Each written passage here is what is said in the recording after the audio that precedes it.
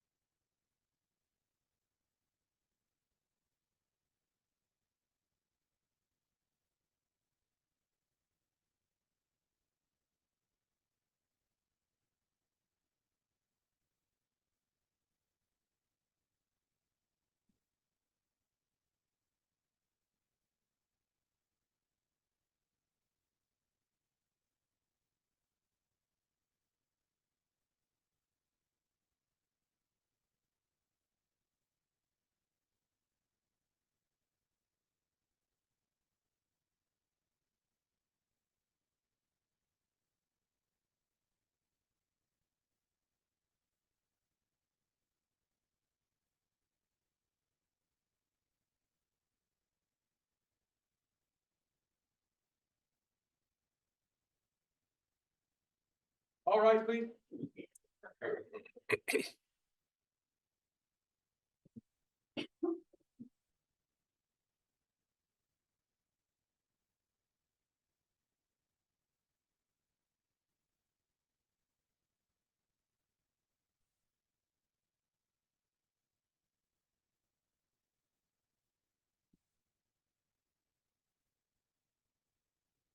Jury's all present. Count for Your Honor.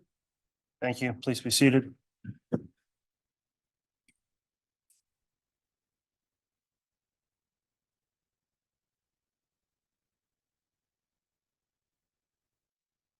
Ladies and gentlemen of the jury, the court understands you've reached a verdict on the special verdict form. Is that correct?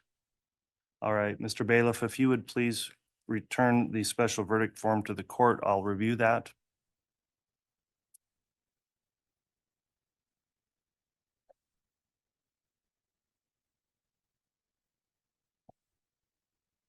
Ladies and gentlemen, the verdict form is somewhat long and complicated. The court is going to take a moment to review the form.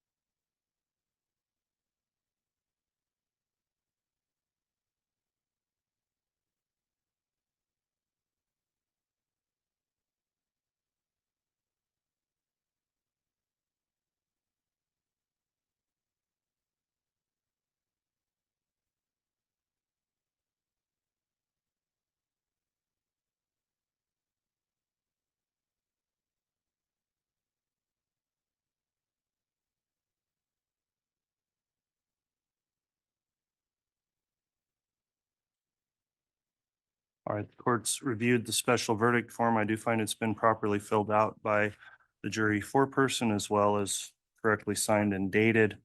At this time, I am going to request, Madam Clerk, Ms. Holstein, if you would please read the special verdict form. If you'd like to remain seated or standing, it's a long form and will take some time to read, but however is most comfortable for you, Madam Clerk, you may go ahead and read the special verdict form into the record.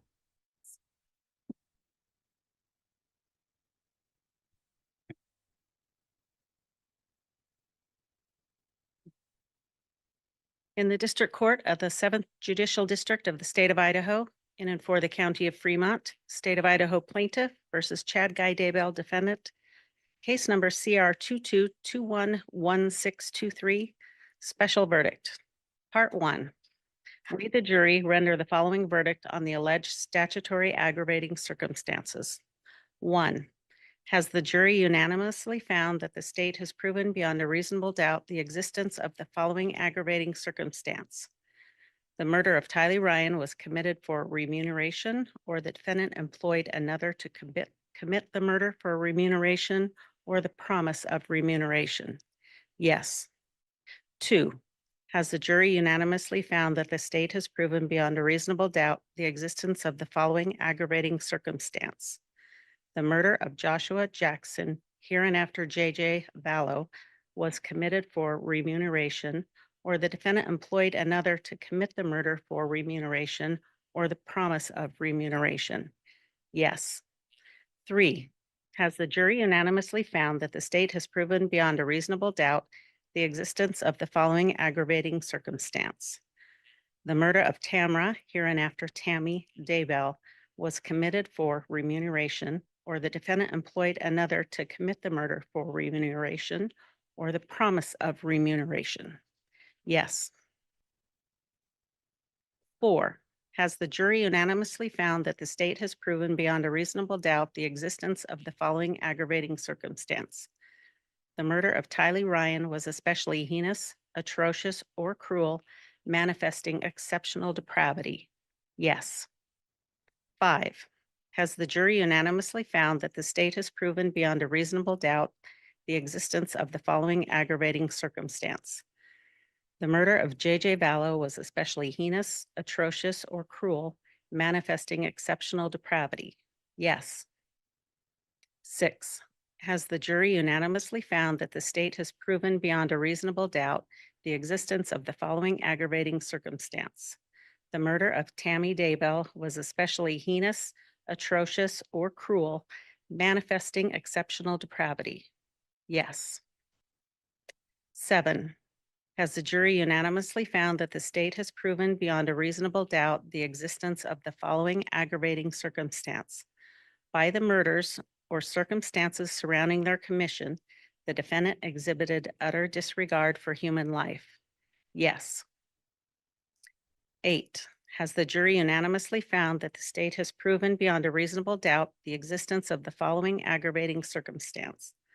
The defendant, by his conduct, whether such conduct was before, during, or after the commission of the murders at hand, has exhibited a propensity to commit murder, which will probably constitute a continuing threat to society? Yes. If you answered no to each of the above questions, you do not need to answer any other questions. Simply have the presiding juror sign this verdict form and notify the bailiff that you are done. If you answered yes to any of the above questions, then please answer the questions in part 2.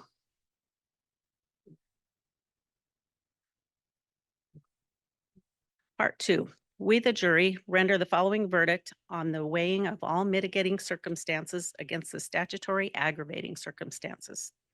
You are to only answer the following questions for those statutory aggravating circumstances for which you answered yes in part 1.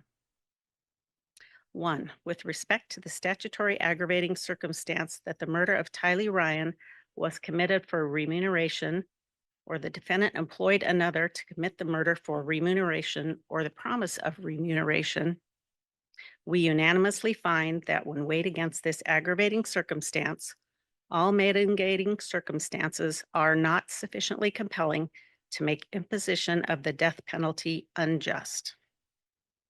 2. with respect to the statutory aggravating circumstance that the murder of Joshua Jackson, hereinafter J.J. Vallow, was committed for remuneration, or the defendant employed another to commit the murder for remuneration or the promise of remuneration, we unanimously find that when weighed against this aggravating circumstance, all mitigating circumstances are not sufficiently compelling to make imposition of the death penalty unjust. 3, with respect to the statutory aggravating circumstance that the murder of Tamara, hereinafter Tammy Daybell, was committed for remuneration, or the defendant employed another to commit the murder for remuneration or the promise of remuneration, we unanimously find that when weighed against this aggravating circumstance, all mitigating circumstances are not sufficiently compelling to make imposition of the death penalty unjust. 4, with respect to the statutory aggravating circumstance that the murder of Tylee Ryan was especially heinous, atrocious, or cruel, manifesting exceptional depravity, we unanimously find that when weighed against this aggravating circumstance, all mitigating circumstances are not sufficiently compelling to make imposition of the death penalty unjust.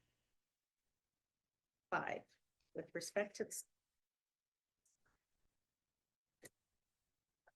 Did we lose the mic? It's back.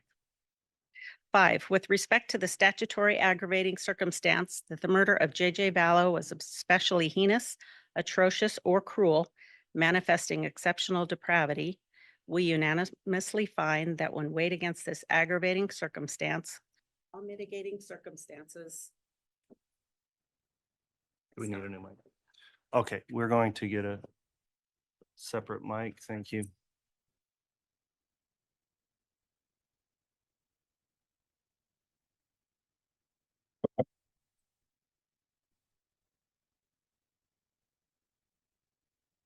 I'll read 5 over. Yes, start with 5 again. Thank you, Madam Clerk. 5. Okay. With respect to the statutory aggravating circumstance that the murder of J.J. Vallow was especially heinous, atrocious, or cruel, manifesting exceptional depravity, we unanimously find that when weighed against this aggravating circumstance, all mitigating circumstances are not sufficiently compelling to make imposition of the death penalty unjust.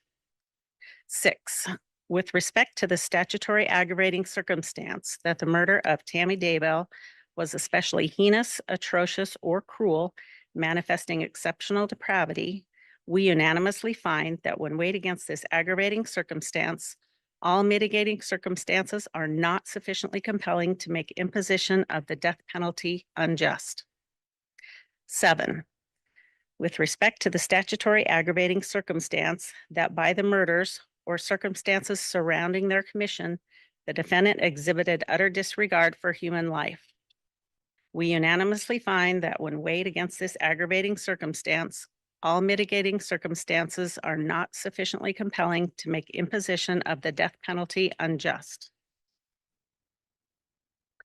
8, with respect to the statutory aggravating circumstance that the defendant, by his conduct, whether such conduct was before, during, or after the commission of the murders at hand, has exhibited a propensity to commit murder, which will probably constitute a continuing threat to society. We unanimously find that when weighed against this aggravating circumstance, all mitigating circumstances are not sufficiently compelling to make imposition of the death penalty unjust. Once you have completed part 2, please have the presiding juror sign this verdict form and notify the bailiff you are done. Dated this first day of June 2024 and signed by the presiding juror. All right, thank you very much, Madam Clerk, for reading through the verdict form. Ladies and gentlemen, the court will note that given the complexity of this special verdict form, just I think in fairness to all those in attendance, including in particular victims and the parties, the layman's explanation of this verdict is that the jury has made a finding that it would be appropriate to impose the death penalty as it relates to counts 1 through 6 in the amended indictment. And so pursuant to Idaho Code 192515, the court is directed that the defendant would be sentenced to death on those counts. The court will take up a concluding sentencing proceeding. I also have additional counts of insurance fraud. I've discussed with counsel moving forward in a consolidated hearing. The court's proposing that we do that this morning, waiving the right to a pre-sentence investigation report under Criminal Rule 32A. Before I get there, just let me ask at this time of the jurors, is this your true and correct verdict that's been rendered in this case? Very well. Does the state wish to have the jury pulled on the special verdict form? No, Your Honor. Thank you. Does the defense wish to have the jury pulled on this special verdict form? No, thank you, Your Honor. Very well. As I mentioned, then that's the result of the verdict form. The court would then proceed with additional sentencing on those two counts, as well as the counts 1 through 6 determined now by the jury. Mr. Pryor, is the defense willing to move forward with a consolidated hearing on those counts this morning without a pre-sentence investigation report? As previously indicated, Judge, yes, we are. Okay, is the state going to be ready to proceed with a sentencing on those issues as well? Yes, Your Honor. Thank you. Okay, thank you. Counsel, I do want to take a brief recess just to briefly prepare for that, given the verdict, and I will come back on the bench. It really won't take long. I would suggest that a 30-minute recess will come back on the record. The court will conclude with that sentencing hearing. So if everybody could be back here by 10 after, we'll have the jury return one last time to the jury room to wait for that final sentencing hearing. We'll conduct that in the presence of the jurors also, and then I'll have concluding instructions for the jurors. So we will be in recess for 30 minutes. We'll come back for that final stage of the proceeding. Thank you. All right.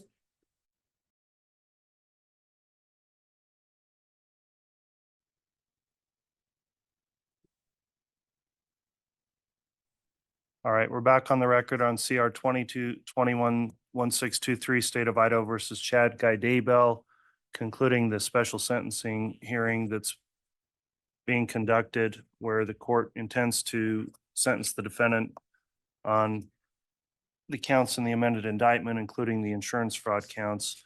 Is the state ready to proceed? Yes, Your Honor. Is the defense ready to proceed? Yes, Your Honor, thank you. Very well, Mr. Bailiff, if you'd please have the jurors brought in. Yes, Your Honor.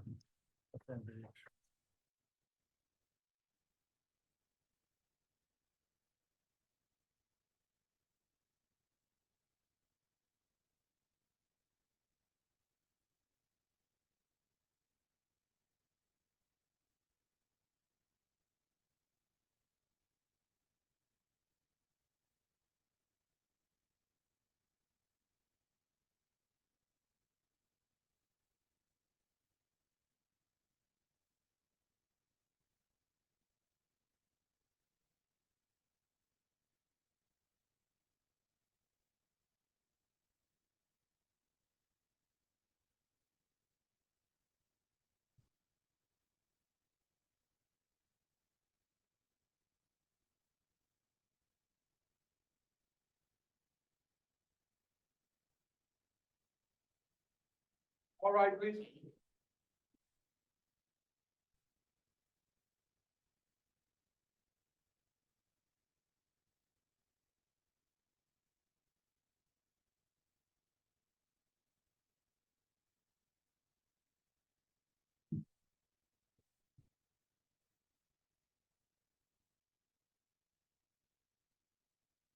Jury's all present accounted for, Your Honor.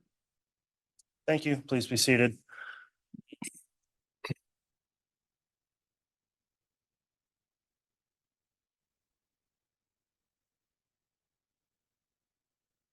Okay, we are back on the record on CR 22-21-1623, continuing the special sentencing proceeding. The jury has returned its special verdict.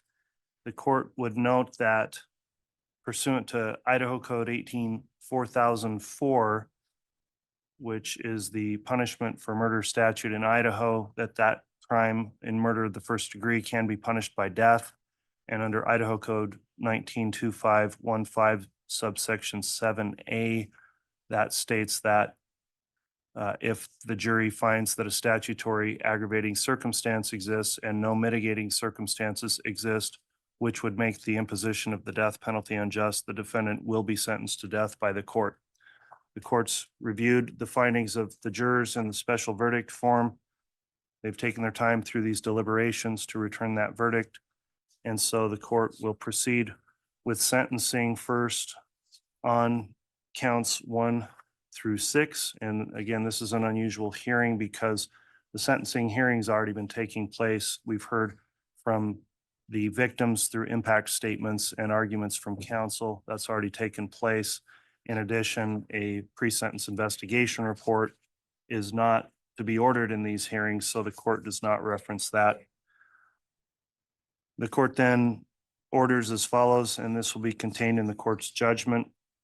At the conclusion of the case, as to count 1, the conspiracy to commit first-degree murder and grand theft by deception for the murder of Tylee Ryan, upon the jury's finding of guilty and return of the special verdict form, the jury finding beyond a reasonable doubt and having returned the special verdict that the aggravating circumstances when weighed against the mitigating circumstances do not make the imposition of the death penalty unjust, the court therefore, on count 1, the defendant is sentenced to death. On count 2, the first-degree murder of Tylee Ryan, the jury finding beyond a reasonable doubt and having returned the special verdict that the aggravating circumstances when weighed against the mitigating circumstances do not make the imposition of the death penalty unjust, the court therefore, on count 2, sentences the defendant to death. On count 3, the conspiracy to commit first-degree murder and grand theft by deception for the murder of J.J. Vallow, the jury finding beyond a reasonable doubt and having returned the special verdict that the aggravating circumstances when weighed against the mitigating circumstances do not make the imposition of the death penalty unjust, the court therefore, on count 3, sentences the defendant to death. On count 4, first-degree murder of J.J. Vallow, the jury finding beyond a reasonable doubt and having returned the special verdict that the aggravating circumstances when weighed against the mitigating circumstances do not make the imposition of the death penalty unjust. The court therefore, on count 4, sentences the defendant to death. On count 5, conspiracy to commit first-degree murder of Tammy Daybell, the jury having found beyond a reasonable doubt and having returned the special verdict that the aggravating circumstances when weighed against the mitigating circumstances do not make the imposition of the death penalty unjust, the court therefore, on count 5, sentences the defendant to death.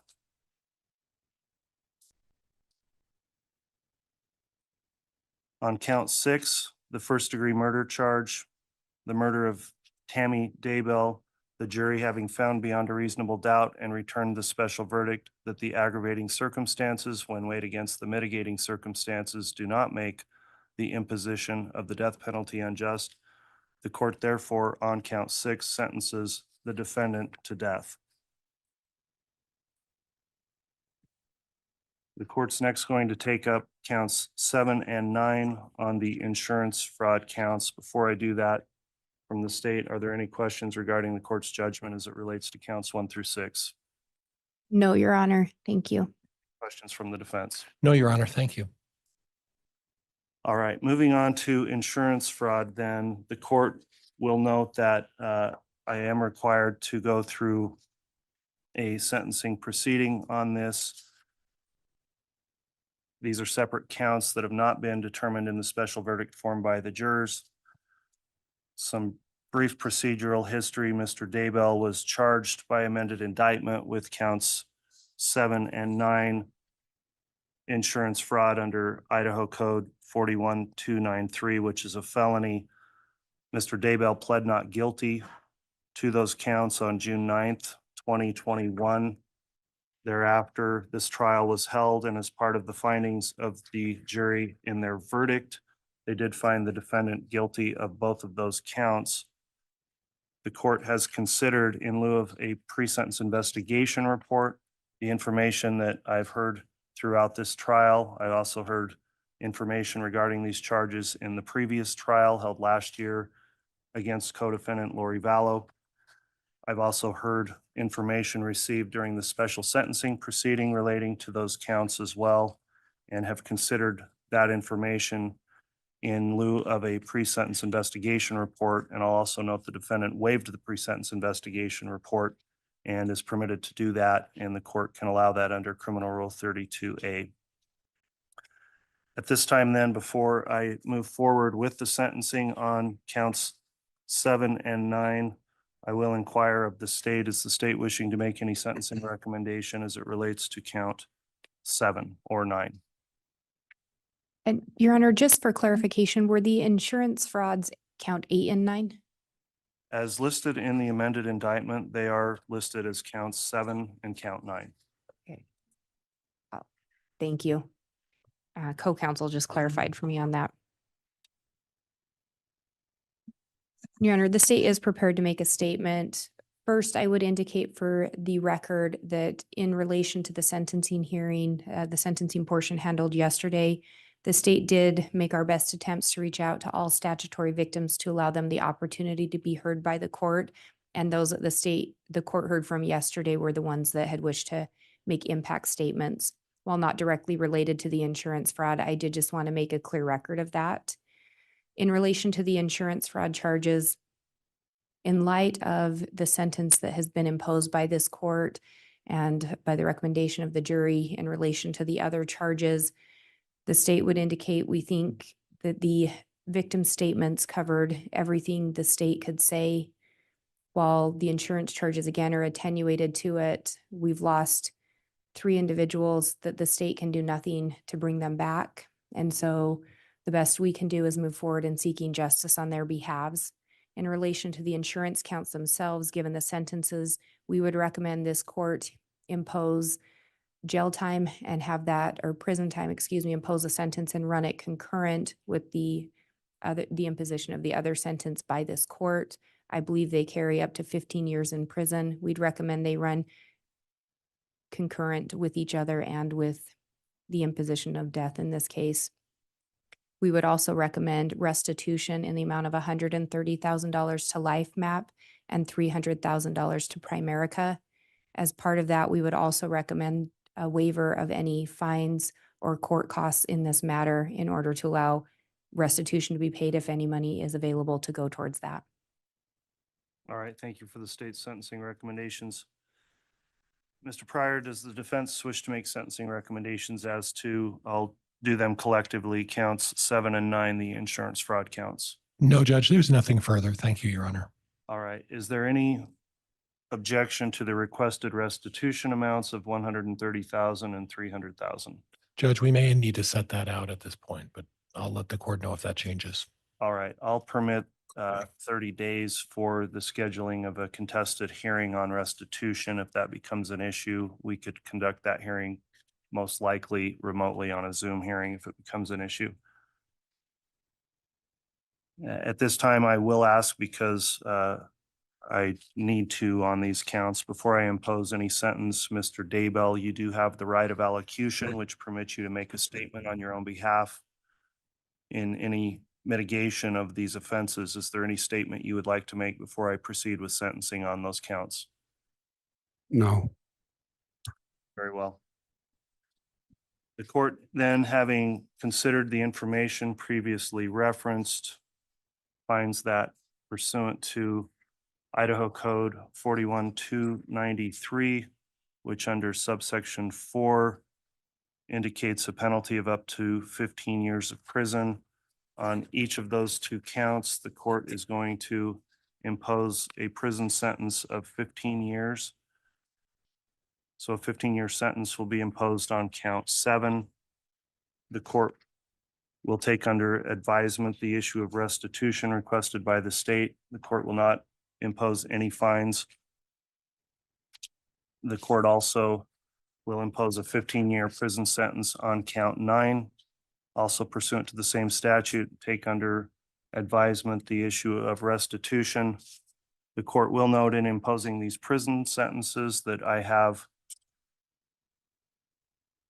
reviewed Idaho Code 192521, which requires me to go through certain criteria about the imposition of a prison sentence versus a possibility of parole or a lesser sentence.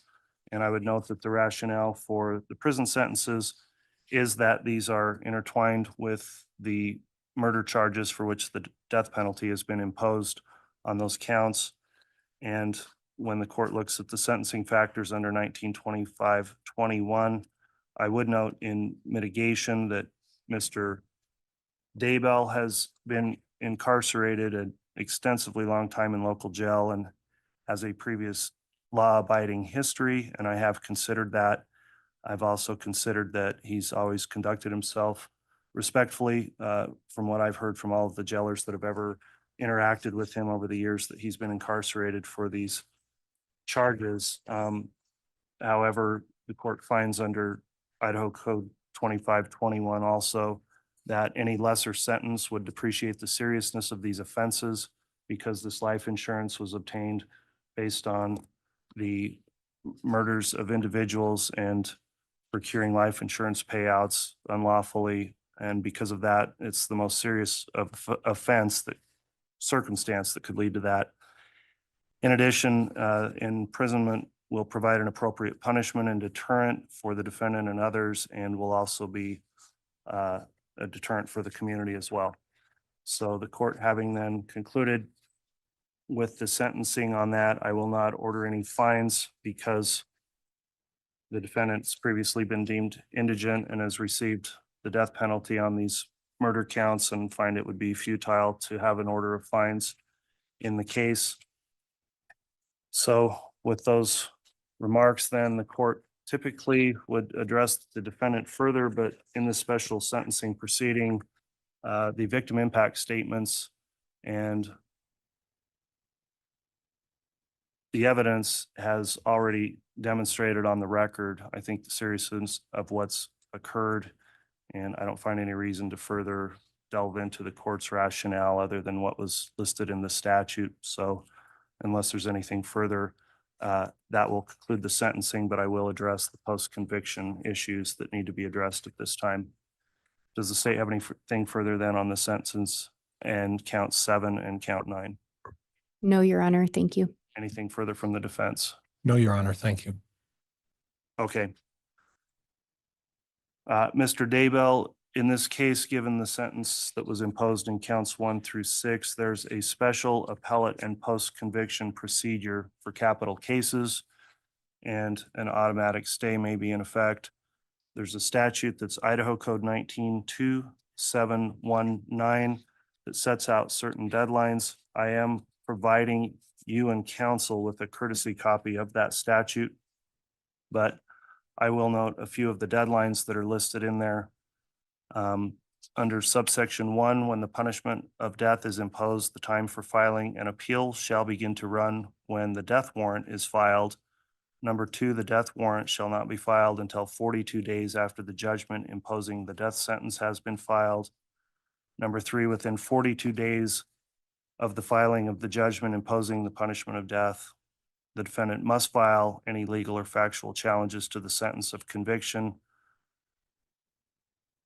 There's other important and critical deadlines that are contained within that statute, and I am going to provide a copy of that to Mr. Pryor to ensure that the defense is well advised of those post-conviction rights that would apply in this special proceeding.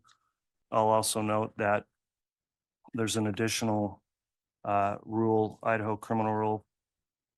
If you'll give me a moment, I think it's 44.2.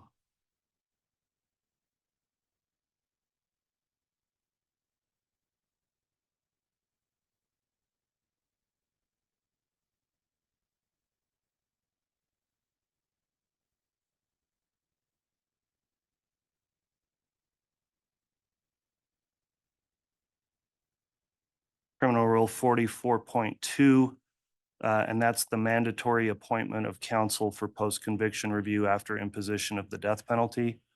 That rule is also applicable in your case, and a copy of the rule itself is going to be provided to you in counsel to ensure that you're well aware of any post-conviction rights you may have. With that, then, the court is going to conclude the special sentencing proceeding. Is there anything further I need to take up from the state? No, Your Honor. Thank you. Anything further from the defense? No, Your Honor. Thank you. Okay, thank you, everyone, for your abiding by the court's courtroom conduct order. We'll be in recess. All rise, please.